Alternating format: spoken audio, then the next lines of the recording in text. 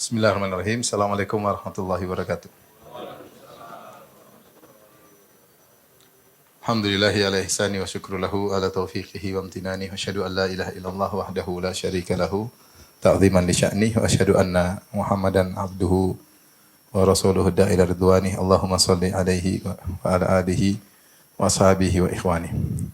Hadirin dan hadirat yang dirahmati oleh Allah Subhanahu wa taala, kita lanjutkan bahasan kita tentang qawaid Qur'aniyah, 50 kaidah Quran yang bermanfaat bagi kehidupan kita pribadi maupun bermasyarakat. Dan sebagaimana Allah berfirman, inna hadzal Qur'ana yahdi lillati hi aqwam. Sungguhnya Al-Qur'an memberi petunjuk kepada jalan yang terbaik. Siapa yang mengambil petunjuk dari Al-Qur'an, maka dia akan mendapatkan solusi dan petunjuk yang terbaik.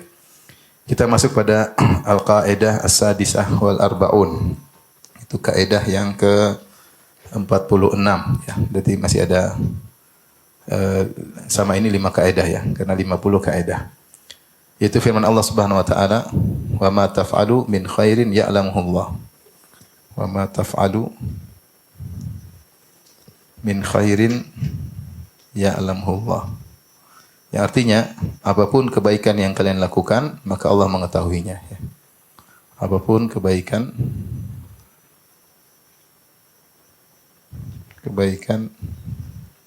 yang kalian lakukan, Allah mengetahuinya. Allah mengetahuinya.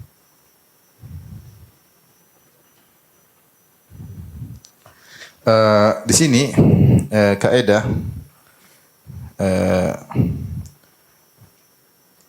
menunjukkan bahwasanya ya, kebaikan apapun yang dilakukan, sekecil apapun, pasti Allah mengetahuinya.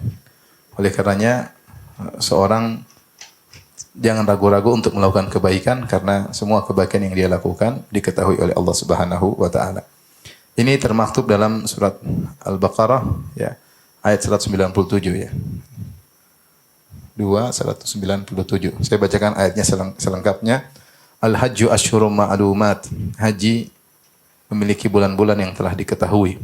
Faman farada fihinnal hajja fala rafatha wala fusuqa wala jidala fil hajj. Siapa yang wajib melakukan haji pada bulan-bulan tersebut, maka jangan dia berbuat rafath, jangan dia melakukan kemaksiatan, dan jangan dia berdebat ketika sedang berhaji. Kemudian kata Allah, "Wa ma taf'alu min khairin ya'lamuhu Allah." Apapun kebaikan yang kalian lakukan, Allah mengetahuinya. Wa tazawwadu fa inna khairaz zadi taqwa. Berberkalah, dan sungguhnya sebaik-baik bekal adalah ketakwaan. Wattaquni ya ulil albab. Bertakwalah kepadaku wahai ulil albab, wahai orang-orang yang cerdas. Kaidah ini sangat penting ya, memberikan kita banyak faedah ya. Kalau kita tahu Allah mengetahui segala apa yang kita lakukan. Faedah yang pertama, kita tidak menyepelekan kebaikan apapun.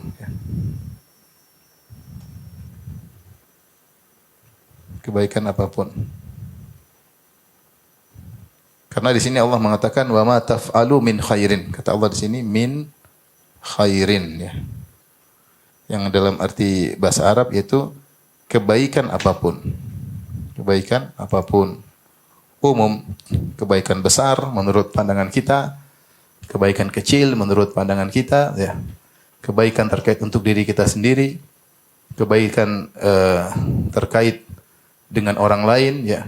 Semua kebaikan, jika itu adalah kebaikan, maka Allah mengetahuinya. Allah mengetahuinya. Maka di sini kebaikan bersifat umum. Ya, umum. Dia kebaikan besar atau kecil di mata kita ya. Atau terkait diri sendiri, atau terkait juga dengan orang lain.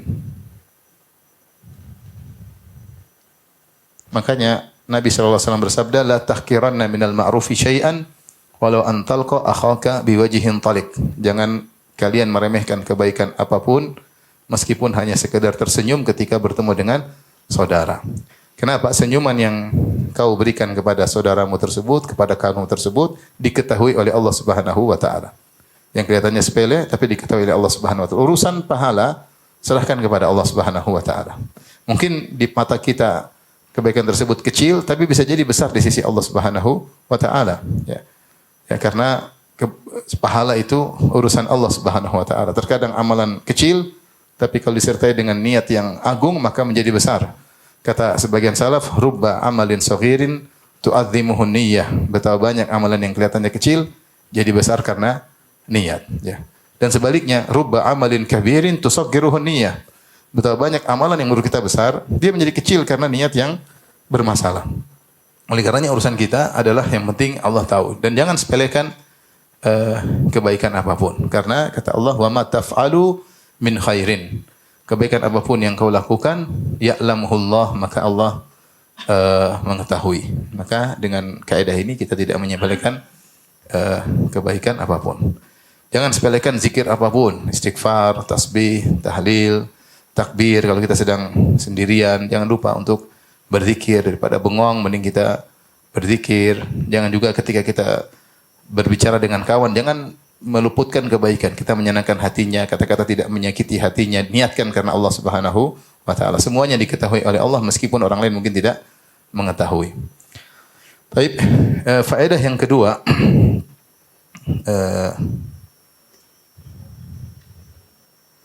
jadi ini disebut kenapa memberikan faedah keumuman, karena ini datang dalam konteks jumlah syartiyah, ya, kata para ulama. Kenapa? Karena dalam konteks jumlah syartiyah, umum karena konteks jumlah syartiyah. Kalau syartiyah ada isim nakirah datang dalam konteks jumlah syartiyah, ini bagi yang tahu bahasa Arab, maka dia memberikan faedah keumuman. Baik, kemudian di antara faedah yang bisa kita dapatkan juga yaitu pentingnya ikhlas, ya, atau motivasi untuk ikhlas.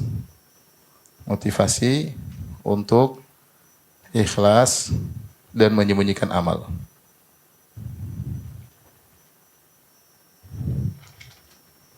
Amal soleh. Kita ini selalu digelitiki oleh syaitan untuk mempublish amal yang kita lakukan. Kalau kita tahu kaidah ini, sudah selesai. Wa ma taf'alu min khairin ya'lamuhullah. Apapun kebaikan yang kalian lakukan, Allah tahu. Kalau Allah sudah tahu, selesai urusan. Kalau Allah tidak tahu, itu baru masalah. Tapi apakah ada yang tidak diketahui oleh Allah? Tentu semua diketahui oleh Allah Subhanahu wa taala. Jangankan amalan lisan, jangankan amalan jawari, anggota tubuh, bahkan amalan hati Allah pun tahu, ya. Wa'lamu annallaha ya'lamu ma fi anfusikum fahdharuh. Kata Allah, ketahuilah Allah mengetahui apa yang ada dalam jiwa kalian, maka waspadalah. Maka apa yang bergejolak dalam jiwa pun kita harus waspada. Kalau kita riya, Allah tahu. Kalau kita hasad, Allah tahu. Kalau kita sombong, Allah tahu. Sebagaimana kalau kita ikhlas, Allah pun tahu. Kalau kita berharap kepada Allah, tawakal sama Allah, Allah pun tahu. Jadi kita punya kaidah, Allah sudah tahu, ya sudah. Allah sudah tahu, ya, ya sudah. Jadi dengan kita mengetahui kaidah ini, kita tidak terlalu pusing dengan komentar netizen. Komentar apa? Netizen. Ya. Kita hidup di zaman orang yang sibuk dengan apa? Komentar netizen. Ya, kebahagiaan dia tergantung komentar netizen, kehancuran kebahagiaannya pun tergantung apa? Komentar netizen. Ya, yang seharusnya yang dia pikirkan bahwasanya kalau Allah sudah tahu, sudah selesai. Orang tahu nggak urusan saya. Ya. Yang penting Allah sudah tahu. Oleh karenanya bagaimana para salaf dahulu, mereka berusaha menyembunyikan amal soleh mereka. Maka seorang berusaha menyembunyikan amal solehnya, dan itu perlu dilatih. Perlu dilatih untuk tidak bercerita tentang apa yang dia lakukan. Ya. Lihatlah bagaimana sebagian salaf, ya, disebutkan kalau baca Al-Quran kemudian ada yang lihat, terkadang dia tutup Al-Qurannya supaya tidak diketahui sedang baca Al-Quran. Di antara mereka ada yang seperti itu, saking ingin menyembunyikan amal soleh mereka. Di antara mereka ada yang sholat malam, kemudian dia sholat di tengah malam, kemudian dia tidur lagi. Orang-orang tidak tahu ketika bangun subuh, dia kemudian menggeliat dengan berkata, malam begitu panjang, ya, enak tidur, ya. Jadi orang menyangka dia apa? Tidur, padahal dia sholat malam. Ini dalam rangka untuk menyembunyikan amal soleh, ya, amal soleh. Karena luar biasa ya, syaitan berusaha menggeliti kita sehingga kita akhirnya menceritakan amal soleh, pingin amal kita diketahui oleh seluruh manusia. Kalau perlu bukan cuma orang Indonesia yang tahu, kalau bisa seluruh dunia pun tahu apa yang kita lakukan. Sehingga kita sibuk mempublish amalan kita. Maka ini kalau kita punya kaidah, Allah sudah tahu, sudah selesai urusan. Ini membantu kita untuk ikhlas kepada Allah Subhanahu wa taala, ya.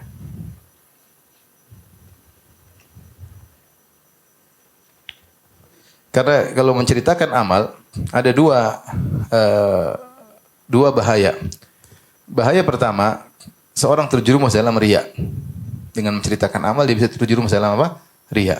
Kan hati ini lemah. Begitu dia cerita amalnya, kemudian orang memujinya dan dia cari pujian tersebut. Akhirnya dia kecanduan ingin dipuji. Setiap apa yang dia lakukan maka dia ceritakan. Setiap apa yang dilakukan maka dia ceritakan. Jadilah dia tertawan dengan hubus syuhrah.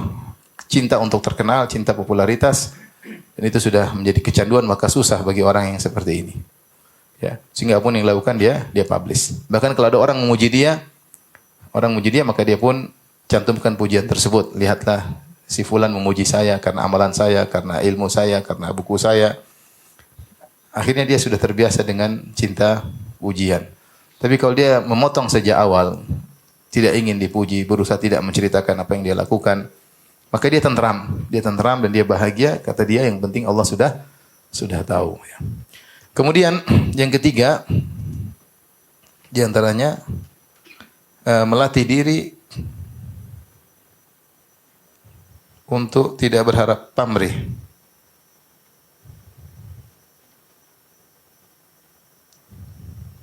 Atas kebaikan apapun.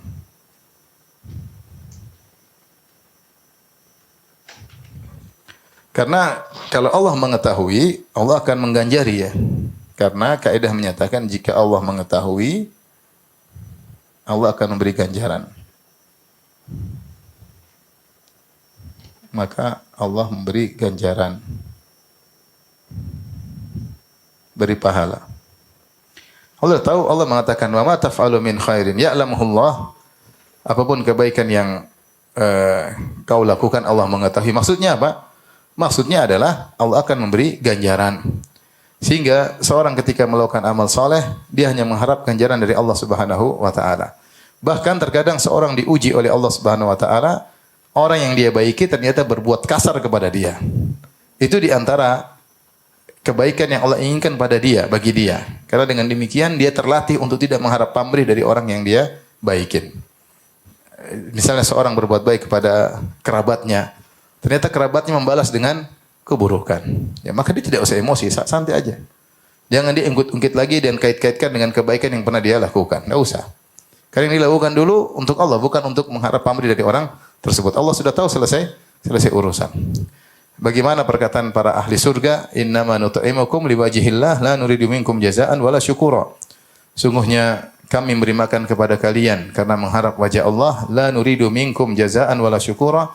Kami tidak berharap dari kalian balasan dan kami tidak berharap dari kalian pamrih, terima kasih dan yang lainnya ya. Kami benar-benar murni mencari wajah Allah Subhanahu wa taala. Inilah syiar orang yang beriman. Maka latih diri ketika melakukan kebaikan apapun, kita tidak sedang memposisikan diri kita punya jasa sama dia. Latih diri kita seperti itu. Itu perlu latihan.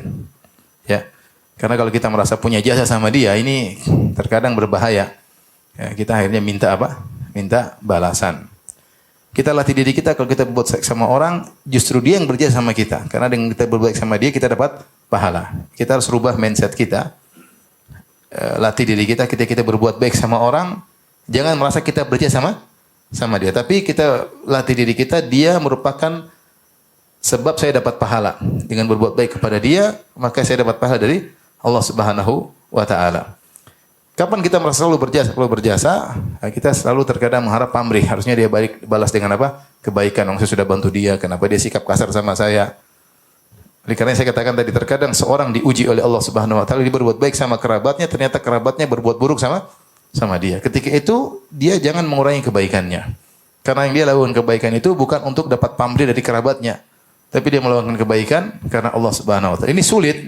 Tapi seorang belajar. Kalau bisa dia belajar, latihan, maka dia akan benar-benar bahagia. Setiap melakukan kebaikan, pikiran dia yang penting Allah sudah tahu, selesai urusan. Mau diterima, mau dihina, mau di apa, yang penting Allah sudah tahu, maka selesai urusan. Selesai urusan.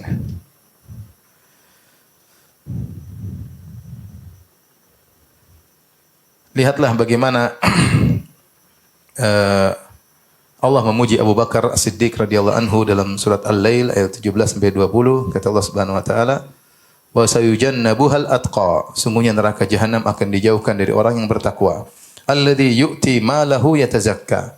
Yang memberikan hartanya dalam rangka untuk mensucikan dirinya, bukan untuk mengotori dirinya, ya. Yang menyumbangkan hartanya dalam rangka untuk mensucikan apa? Dirinya. Bukan mengotori dirinya. Adakah orang bersedekah dengan mengotori dirinya? Ada. Menyumbang hartanya tapi sombong. Menyumbang hartanya tapi merasa punya jasa sama orang lain. Menyumbang hartanya tapi semena-mena terhadap orang tersebut. Menyumbang hartanya tapi menyakiti hati orang yang dia bantu. Itu namanya dia bersedekah tapi mengotori apa? Diri.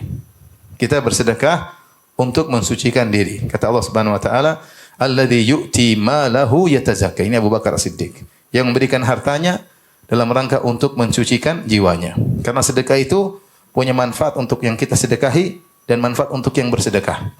Untuk yang kita sedekahi manfaatnya lebih sedikit dibandingkan manfaat orang yang bersedekah. Yang disedekahi kebutuhannya terpenuhi. Kalau dia sakit mungkin kita belikan obat, kalau dia lapar kita kasih makan. Tapi yang lebih utama bagi yang bersedekah. Dia bersedekah, dia tazakka, mensucikan dirinya. Makanya Nabi SAW bersabda, "Khudh min amwalihim shadaqatan tutahhiruhum wa tuzakkihim biha." Ambillah harta dari mereka itu sedekah, yang sedekah tersebut mensucikan mereka dan membersihkan mereka. Membersihkan dari hasil-hasil yang buruk dan mensucikan jiwa mereka. Maka seorang ketika bersedekah, dia niatkan untuk mensucikan dirinya. Bukan untuk mentang-mentang, bukan untuk merasa punya jasa sama orang. Kapan dia selalu merasa punya jasa sama orang, ini dia tidak suci dirinya. Bantu-bantu aja selesai. Allah sudah tahu selesai urusan dia. Ini harus perlu kita latih. Abu Bakar dipuji oleh Allah, kata Allah, "Alladzi yu'ti malahu yatazakka." Orang yang memberikan hartanya dalam rangka mensucikan dirinya. Wa ma li ahadin 'indahu min ni'matin tujza. Dia memberikan tersebut ya, bukan karena ada balas budi, bukan karena utang budi dan bukan karena berharap budi dari seorang pun. Illa batigha'a wajhi rabbil a'la. Tidak lain dia bersedekah kecuali untuk mencari wajah Allah yang maha tinggi. Itu tujuannya seorang bersedekah.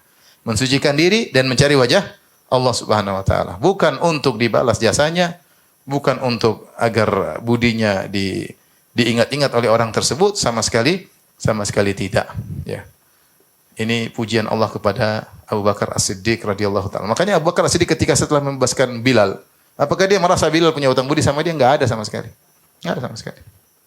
Ya sudah, Bilal merdeka selesai. Dia enggak pernah bilang kamu saya yang bebaskan, enggak ada sama sekali. Enggak ada sama sekali. Dia ini mentang-mentang Bilal pernah saya merdekakan, kemudian saya perintah-perintah, enggak ada sama sekali. Enggak ada sama sekali, itu sama sekali tidak dipikirkan oleh Abu Bakar. Oleh karenanya Abu Bakar As-Siddiq ketika dia memerdekakan budak, dia milih budak-budak yang lemah, ditegur oleh bapaknya. Kamu kenapa memerdekakan budak yang lemah-lemah?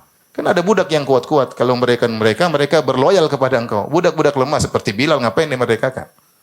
Maka dia bilang, saya mengharap wajah Allah. Saya bukan memerdekakan Bilal untuk dia balik balas budi kepada saya, tidak. Makanya dia memerdekakan budak-budak ya yang lemah. Karena dia sama sekali tidak berharap budi. Kenapa? Karena Abu Bakar ketika melakukan kebaikan, dia tahu Allah telah mengetahuinya. Maka Allah puji dan Allah abadikan dalam Al-Quran. Demikian juga tadi dalam surat Al-Insan ayat 9, para penghuni surga syiarnya, "Innama nut'imukum liwajhillah la nuridu minkum jazaa'an wala syukura." Sungguhnya kami beri makan kepada kalian karena mencari wajah Allah. Kami tidak berharap dari kalian balasan maupun terima kasih. Maka ini ayat ini atau kaidah ini memberikan kita 3 faedah sehingga kita senantiasa mawas diri, waspada, jangan sampai kita melakukan kebaikan ternyata kebaikan kita hilang pahalanya atau berkurang pahalanya. Hilang kapan? Ketika kita ternyata riya. Berkurang pahalanya kapan? Ketika ternyata kita menceritakannya sehingga pahala tersebut berubah dari pahala ibadah tersembunyi menjadi pahala ibadah terlihat. Itu pun kalau kita masih ikhlas. Syaitan kalau bisa menjerumuskan kita dalam riya, dia akan jerumuskan. Kalau tidak mampu menjerumuskan kita ke dalam riya, kita cerita-cerita bukan karena riya, maka amal ibadah tersebut pahalanya berubah dari amal ibadah yang tersembunyi pahalanya lebih besar, turun level menjadi amal ibadah yang diketahui, Ini pun kalau ikhlas. Kalau enggak ikhlas maka gugurlah amalan kita. Kemudian juga di antara yang mengurangi pahala ketika kita melakukan satu ibadah, sedekah dan yang lainnya, kita masih berharap pamrih. Kapan kita berharap pamrih maka mengurangi nilai ibadah yang kita lakukan. Taib, ini kaidah ke-46, kita lanjutkan pada kaidah yang ke-47 ya.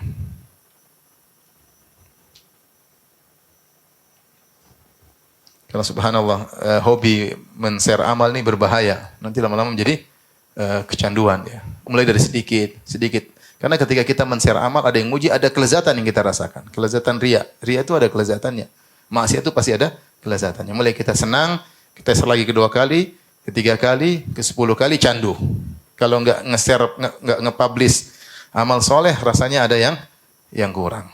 Sehingga kita nge-share. Terkadang tidak langsung. Terkadang secara tidak langsung, tapi secara tidak langsung. Misalnya murid kita suruh kita lagi sholat duha, kemudian di-share, guru saya sering sholat duha. Terus kita kasih jempol di situ. Bukan kita yang nge-share, saudara murid kita yang share dan kita menyetujui. Kita menyetujui dia men-share amal soleh kita. Bukannya kita marahin, tapi kita apa? Setujui. Bahkan kita kasih jempol, bahkan kita repost. Bahkan kita ikut repost atau kita ngulang lagi, ini repot. Ini gimana? Hati ini lemah, maka jangan main-main dengan hal ini. Ya, kalau bisa tidak. Nanti sudah kecanduan. Tapi di sini dalam buku tafsir ada seorang terkenal rajin ibadah. Dia sedang sholat, maka ada 2 orang ngobrol di situ. Ini cerita tentang dia 2 orang ini. Ini si Fulan, masya Allah, rajin sholat setiap jam segini dia sholat. Dia bahagia banget, tapi akhirnya masih ada yang kurang. Terus dia bilang, saya juga rajin puasa. Saya juga rajin puasa. Saking sudah kecanduan apa? Kalau tiap hari tidak ada yang komentar, merasa ada yang kurang. Tiap hari tidak bikin konten, kayaknya gelisah. Sehingga, ya sebenarnya kehidupan kita tergantung dengan apa? Netizen. Ya. Maka seorang berusaha memutus kecanduan tersebut. Ingat, kalau dia meninggal dia sendirian. Dia masuk alam barzah sendirian. Netizen nggak ada yang ikut, paham? Yang tukang jempol-jempol semua nggak ada yang ikut. Semua jempol-jempol tersebut tidak bermanfaat. Oleh karena seorang latih diri, Allah sudah tahu, selesai urusan. Allah sudah tahu, selesai urusan. Kita sedang bersedekah, kita sedang sholat, muamalah kita dengan Allah, bukan dengan orang yang kita sedekahi. Ya, kita beramal nahi mungkar, kita pun karena Allah, bukan karena supaya diakui, saya berbicara, ustadz berani, enggak ada urusan. Enggak ada urusan. Urusan kita dengan Tuhan. Apa kau layak untuk berbicara atau tidak? Jangan termotivasi dengan orang-orang harus berbicara. Kalau tidak pantas, ilmu tidak cukup, data tidak lengkap, tidak usah bicara. Mau orang mau ngamuk bilang apa? Kita berbicara bernahi mungkar bukan dengan urusan dengan apa? Netizen. Urusan kita dengan Allah Subhanahu wa taala. Taib. Kaidah yang berikutnya as-sabi al-arba'un. Kaidah ke-47. Wa man yu'min billahi yahdi qalbah.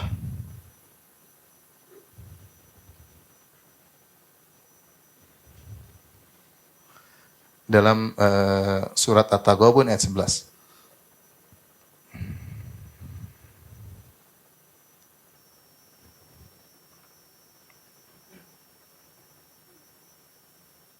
Artinya, siapa yang beriman kepada Allah, maka Allah beri petunjuk kepada hatinya. Siapa yang beriman kepada Allah, maka Allah beri hidayah kepada hatinya. Hidayah kepada kolbunya. Baik. Ayat ini, wa may yu'min billahi yahdi qalbah. Siapa yang beriman kepada Allah, maka Allah beri hidayah kepada hatinya. Ini terkait dengan musibah yang menimpa. Ini terkait dengan musibah ya. Ya, terkait dengan musibah. Terkait sabar dalam musibah. Dalam menghadapi musibah. Allah berfirman dalam surat At-Taghabun ayat 11, kata Allah, "Ma asaba min musibatin illa biiznillah." Kita tuliskan ayatnya secara lengkap ya. Ayat ini sebelumnya apa? Sebelumnya itu kata Allah Subhanahu wa taala, "Ma asaba min musibatin illa biiznillah."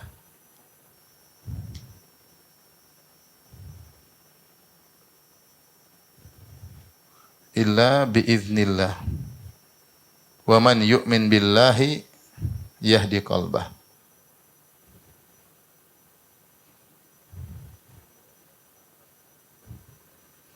Wallahu bikulli syai'in alim. Wallahu bikulli syai'in alim. Ini ayat lengkapnya. Ya. Kata Allah Subhanahu wa taala, tidak ada satu musibah pun yang menimpa. Ya. Ini umum sini ya, tidak ada satu musibah pun yang menimpa.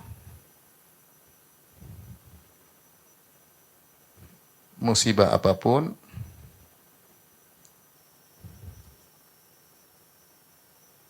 yang menimpa kecuali dengan izin Allah. Kecuali dengan izin Allah. Kemudian baru selanjutnya, wa man yu'min billahi yahdi qalbah, siapa yang beriman kepada Allah maka Allah beri petunjuk kepadanya. Wallahu bikulli syai'in alim, dan Allah Maha mengetahui segala sesuatu.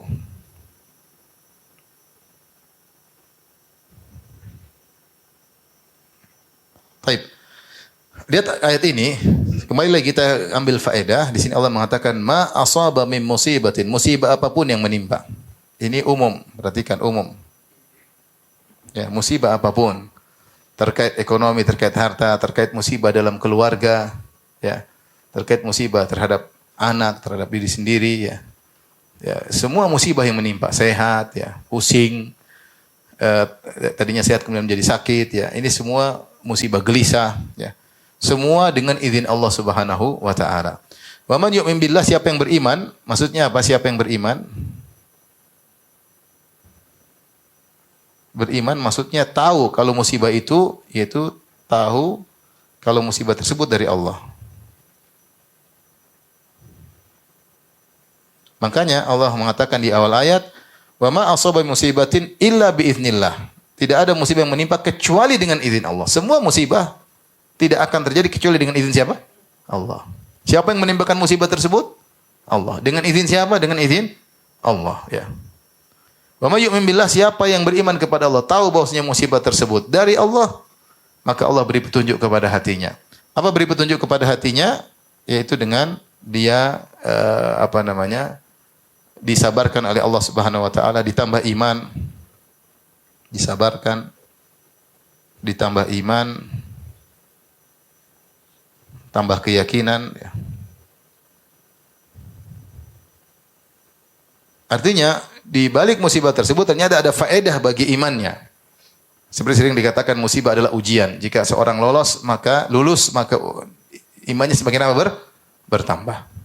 Ternyata di balik ujian tersebut ada faedah terkait dengan iman seorang, menjadikannya imannya semakin kuat, imannya semakin bertambah. Wallahu bikulli syai'in alim, dan Allah mengetahui segala sesuatu. Nah, sekarang kita mau bahas ini. Apa bentuk keimanan kita tatkala terkena musibah? Apa harus kita renungkan? Wa man yu'min billah, siapa yang beriman kepada Allah tatkala terkena musibah? Siapa yang beriman kepada Allah tatkala terkena musibah, maka Allah akan beri petunjuk kepada hatinya. Renungan-renungan terkait hal ini.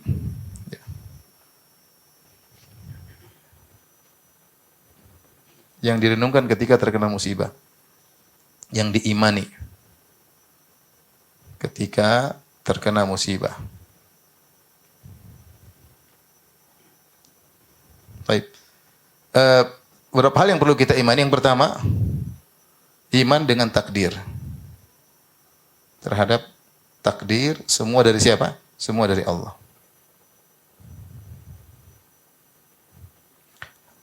Di antara iman kita, al-iman bil qadar khairihi wa syarrihi. Iman kepada takdir yang baik maupun yang buruk. Kita tahu sebagaimana ketika kita dapat nikmat itu dari Allah, kita dapat musibah pun dari siapa? Allah. Tidak ada bedanya. Jangan ketika dapat kebaikan kita bilang dari Allah, ketika musibah kita bilang bukan dari Allah. Semuanya baik maupun buruk semua dengan izin Allah Subhanahu wa taala. Allah yang mentakdirkan itu semua. Tentu kenapanya itu yang harus kita renungkan ya. Jadi pertama kita renungkan semua takdir baik maupun yang buruk ya. Baik atau buruk. Ya. Semua dari Allah Subhanahu wa taala. Dengan ini kita tidak terlalu mencari kambing hitam ketika ada musibah menimpa kita. Makanya yang tahapan kedua, ya, kita meyakini tidak ada musibah kecuali akibat ulah kita sendiri. Allah berfirman dalam Al-Quran, "Wa ma asabaka min sayyi'atin famin nafsik." Apapun keburukan yang menimpamu maka dari dirimu sendiri. Kata Allah, "Wa ma asabaka min sayyi'atin famin nafsik." Apapun musibah yang keburukan menimpa engkau maka dari kamu sendiri. Dalam ayat yang lain, "Qul huwa min indi anfusikum."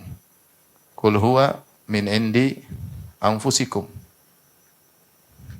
Semua musibah itu dari diri kalian sendiri, sebab kalian sendiri yang buat kalian terkena musibah. Dalam ayat yang lain kata Allah Subhanahu wa taala, "Wa ma asabakum min musibatin fabima kasabat aydikum wa ya'fu an katsir." Dalam ayat yang lain, "Fabima kasabat aydikum." Kata Allah, tidak ada musibah yang menimpa kecuali akibat ulah perbuatan kalian sendiri. Nah, dengan demikian ketika terkena musibah, kita tentu mencari sebab apa kok timbul musibah tersebut, tapi kita harus tahu musibah yang terjadi karena andil perbuatan kita. Sehingga kita tidak terlalu mengkambing hitamkan orang lain. Benar ada sebabnya, mungkin gara-gara dia, tapi ini semua kembali ke saya. Maka Allah mentakdirkan dia berbuat zalim kepada saya. Allah mentakdirkan dia menipu saya. Benar dia, tapi semua ini kalau direntetin kembali kepada diri kita. Dengan begitu kita lebih tenang menghadapi, karena kita tahu bahwasanya musibah tersebut bermanfaat bagi kita, mengurangi dosa-dosa kita. Ini faedahnya apa?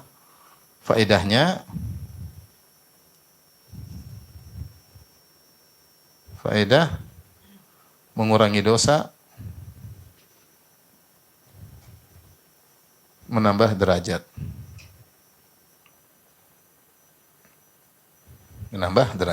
Makanya Ibnu Taimiyah rahimahullah berkata, jika engkau dizolimi, yang paling utama adalah engkau introspeksi diri. Itu yang paling utama. Pertama, introspeksi diri. Tapi kalau kau tidak introspeksi diri, kau sibuk membalas orang yang berbuat zalim tersebut, maka musibah itu lebih besar. Musibah yang membuat kau tidak ingat dirimu, malah sibuk membalas dendam, itu lebih besar daripada musibah yang menimpamu. Ada orang terkena musibah gara-gara bohongin orang. Dia terkena musibah, dibohongin si fulan. Benar, ini musibah. Apa yang kau lakukan ketika terkena musibah? Segera introspeksi diri. Saya dibohongi dia, pasti saya banyak dosa. Hendaknya istighfar, kembali kepada Allah. Baru dia boleh ngurusin, boleh. Tapi pertama yang kau lakukan harusnya kau introspeksi diri dulu. Tapi ketika kau terkena musibah, kau tidak introspeksi diri, tidak istighfar, tidak membenahi diri, langsung tujuan balas dendam, maka ini musibah melupakan kesalahan dirimu, kata Ibnu Taimiyah, musibah lebih besar daripada musibah pertama. Paham? Paham atau tidak? Saya ulangi lagi kalau nggak paham. Seorang misalnya terkena musibah, dia dibohongi oleh seseorang, si fulan. Si A dibohongi oleh si B. Ketika si A dibohongi oleh si B sehingga uang si A dibawa lari oleh si B, ini musibah.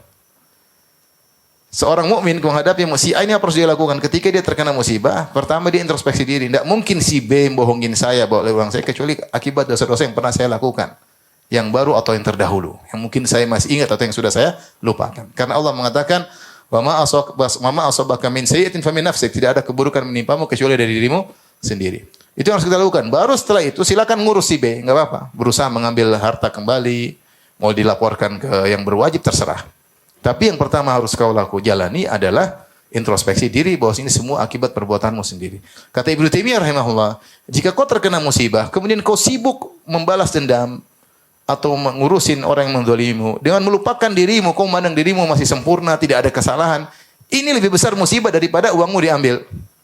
Musibah lupa bahwasanya dirimu penuh dengan kesalahan, itu lebih besar daripada musibah uangmu diambil orang lain. Faham?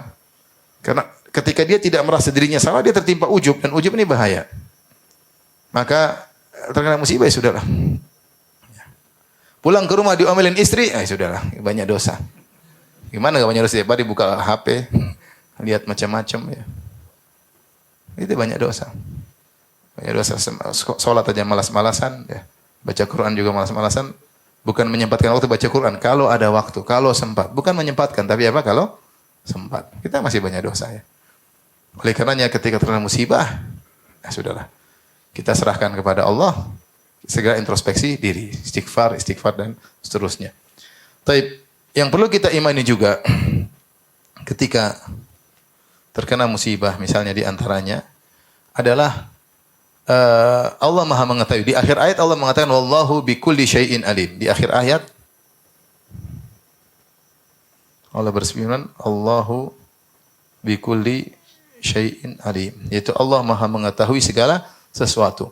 Nah, kalau kita tahu yang memberi musibah adalah Allah Subhanahu wa taala, maka kita tenang. Tenang karena yang menimpakan musibah Maha mengetahui. Musibah Maha mengetahui. Dia tidak akan menzalimi. Sehingga tidak akan menzalimi.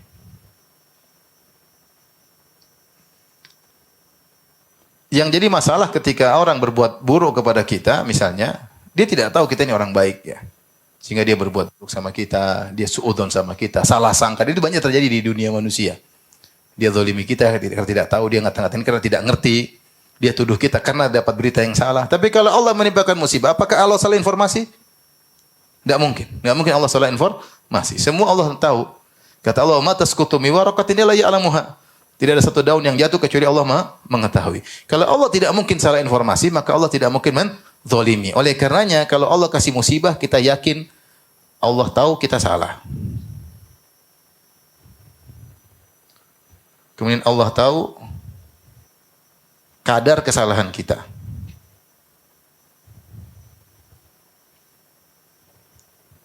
Allah juga tahu sebesar apa musibah yang Allah timpakan kepada kita. Kadar musibah yang Allah timpakan. Allah tahu kadar musibah yang Allah timpakan.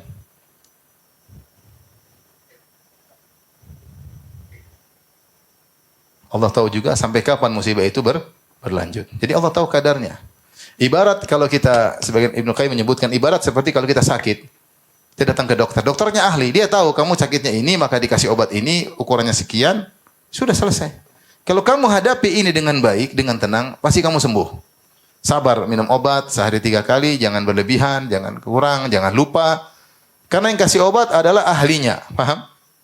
Kalau kamu jalani dengan baik, kamu akan sembuh. Nah, demikian juga musibah. Musibah itu sebenarnya apa, teguran atau menghilangkan penyakit yang ada pada diri kita.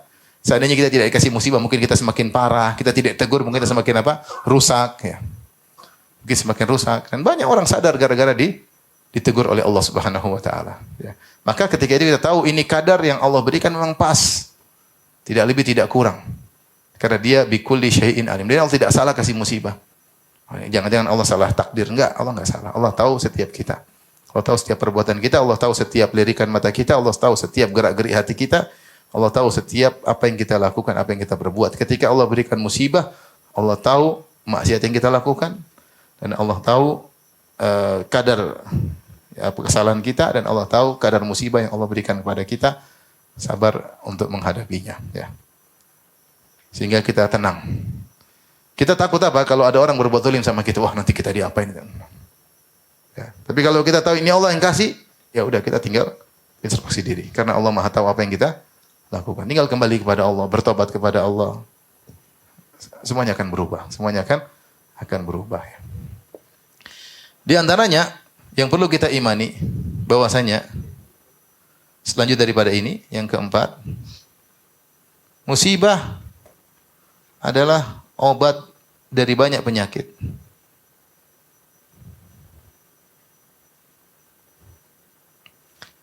Ibnu Qayyim menyebutkan bahwasanya kalau seorang tidak pernah terkena musibah, tidak terkena bencana, mungkin dia akan menjadi togo, dia melampaui batas. Mungkin dia sombong, mungkin dia angkuh. Seperti Fir'aun. Fir'aun disebutkan kenapa dia menjadi sombong angkuh. Dia hidup lama. Umurnya panjang. Kekuasaannya semakin bertambah. Maka dia semakin lupa diri. Dia semakin merasa hebat. Ya. Contohnya, kalau kita, misalnya kita buka perusahaan. Kita untung terus. Sombong atau tidak? Sombong. Tapi kalau sekali-sekali rugi, wah iya memang. Bukan saya jagoan, tapi Allah yang kasih apa? Untung. Tapi kalau kita untung melulu, wah saya memang punya pengalaman, sudah 100 tahun pengalaman. Umur masih 60 bilang pengalaman 100 tahun. Tapi intinya, kalau kita tidak dikasih musibah, kita ditimpa dengan apa? Ujub. Kalau tidak dikasih musibah, lama-lama kita sombong. Sekali-sekali kita ini, sekali-sekali kita gini. Kita sadar bahwasanya semua dari Allah Subhanahu wa taala, bukan keberhasilan kita dari Allah, bukan dari kita. Kita dikasih musibah karena kita sadar kita ini manusia. Kita semua berjalan bukan atas kehendak kita, tapi kehendak Rabbul Alamin. Ada yang mengatur alam semesta ini. Sehingga banyak penyakit yang ada dalam diri kita menjadi sembuh tatkala terkena musibah. Kalau coba bayangkan kalau nggak pernah kena musibah, sombong atau tidak? Sombong. Antum saja kalau jualan, misalnya jualan barang di pasar, untung terus, kira-kira sombong atau tidak? Sombong. Kalau sekali kalah, sekali-sekali rugi, sekali-sekali ditipu, ya memang kita ini siapa sih? Tawakal kita semakin kepada Allah, bukan tawakal kepada kemampuan kita. Ini diantara iman yang kita imani, bahwasanya musibah di balik musibah itu ada fungsinya. Makanya dalam hadis kata Rasulullah SAW, man yuridillahu bihi khairan yusib minhu. Siapa yang Allah kehendaki kebaikan baginya, yusib minhu, maka Allah akan timpakan musibah kepadanya. Allah akan timpakan musibah kepadanya. Mungkin yang perlu kita imani juga bahwasanya demikianlah tabiat kehidupan.